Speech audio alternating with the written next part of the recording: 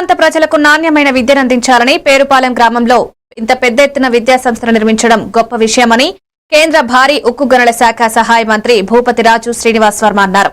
పశ్చిమ గోదావరి జిల్లా పేరుపాలెం సౌత్ గ్రామంలో గొన్నాబత్తుల వెంకట ప్రసాద్ నందిని విద్యారణ్య భారతీయ విద్యానూతన భవనాన్ని ప్రారంభించారు. అనంతరం 2.3 ఎకరాల విస్తీర్ణంలో సుమారు 10 కోట్ల వ్యయంతో నిర్మించిన 30 తరగతి గదుల స్కూల్ భవనాన్ని పరిశీలించారు.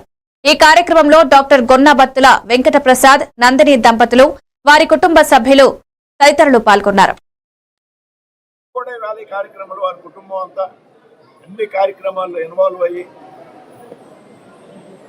ఇవాళ ఈ విద్యా సంస్థలను ఇక్కడికి ప్రారంభించుకోవడం అనేది చాలా ఆనందదాయకం. తప్పనిసరిగా ఇది రాబోయేటువంటి రోజుల్లో నర్సపూర్లోనే కాదు పశ్చిమ గోదావరి జిల్లాలో ఒక ప్రముఖమైనటువంటి విద్యా సంస్థగా వెలుగొందుతుంది అనేటువంటి విషయంలో ఏమాత్రం కూడా అనుమానం లేదనేటువంటి విషయాన్ని సందర్భంగా ఒక 4 నెలల కాలంలో దాదాపు ఈ నిర్మాణాన్ని పూర్తి చేయడం జరిగింది.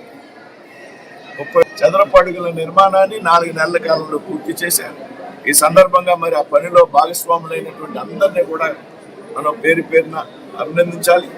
మరి ఈ రకమైనటువంటి విద్యా సంస్థకి ఈ పరిసర ప్రాంత ప్రజలందరూ కూడా ప్రోత్సహించాలి.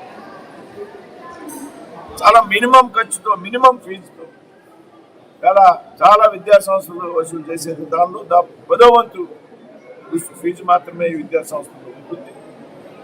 ఇంగ్లీష్ మీడియంలో చక్కటి విద్యాబోధన జరుగుతుంది. సిబిఎస్ఈ సిలబస్ తో విద్యాబోధన జరుగుతుంది.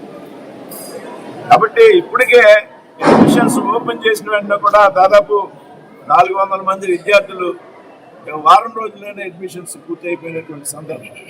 అంటే ఏదైతే విద్యాభారతి బీబీకే ఆధ్వర్యంలో నిర్వహించబడుతున్నటువంటి విద్యాభారతి విద్యా సంస్థల పట్ల ప్రజలకు ఉన్నటువంటి ఒక సానుకూలమైనటువంటి అభిప్రాయం కారణంగా అడ్మిషన్స్ కూడా 1 నుంచి 6వ తరగతి వరకు తీసుకున్నారు.